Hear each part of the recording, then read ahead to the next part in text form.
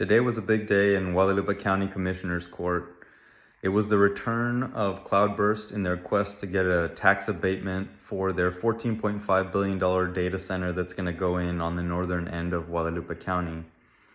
And it was a huge crowd. Tons of people turned out from the community to speak on the project, both before the presentation by Cloudburst CEO and after their presentation. And these people had a diversity of backgrounds and a diversity of where they come from, whether somewhere in the country, some were literally neighboring the properties that back up to what will be now the data center. And some were from the city, some were from Cibolo and Schertz, and some were from here in Seguin. A lot of people had technical expertise. One of my friends actually testified. He worked at data centers in San Antonio. He talked about how to cool the chips, even in a closed loop system, they will have to use more water than Cloudburst is saying that they'll use.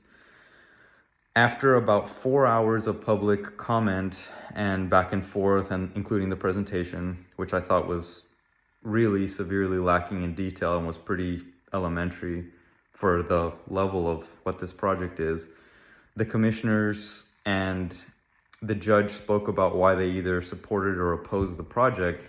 And I'm in Drew Angelke's district, and it really disappointed me because he mentioned the reason that he voted in favor of it was that Novato ISD is in a bad financial position, that the district has basically maxed out their bond capacity, and so they're searching for means of generating tax revenue.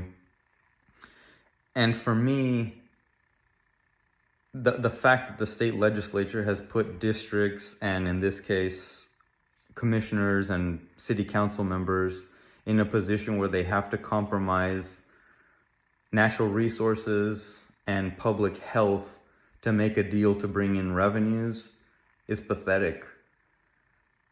It's a false equivalency.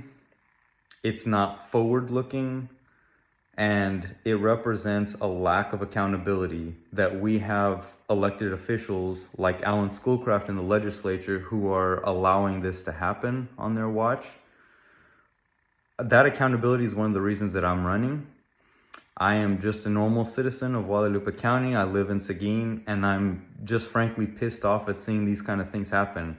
And why? Because everybody who spoke out today, online, there were people who called in via Zoom, and there were probably 25 or 30 people in person who spoke, and probably another 50 who didn't speak, who were just sitting there.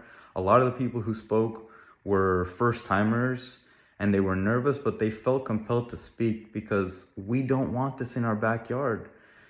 And it was crazy to me because behind the judge's seat, there was a plaque, an engraved plaque, and it was a Benjamin Franklin quote of, "A republic if you can keep it."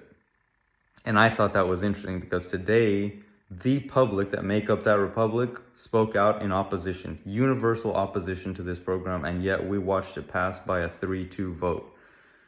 Now, I have to say, I really commend Commissioner Ott and Commissioner Gurman because they talked about how they had gone to their district and listened to the people, and they said, without question, everyone we spoke to was opposed to this project, and therefore I am voting in representation of what my community and my constituents want. To me, that's accountability, right? That's why you have this position. 2 of the 3 people who voted in favor of it are not running for re-election, so in November they'll be replaced. And it just breaks my heart because if this vote had happened 7 months from now, maybe the outcome would have been different. But the Texas legislature has chosen to put cities and counties in a position where they have to make these deals that trade modern access to resources, whether that's energy and water and clean air. We have to sell them for funding mechanisms for our schools, funding mechanisms for our roads. Texas is a wealthy state. Abbott and the Republicans like to talk about this big budget surplus that we have and this big rainy day fund, but then they're forcing small counties like ours to sell our resources out to raise money. To me, that's unacceptable. So I encourage people to get informed about these things because there's probably many more on the horizon. And we need to organize. We need to do a better job of fighting these, because this is not what Texans want, and that was evidenced today by the turnout.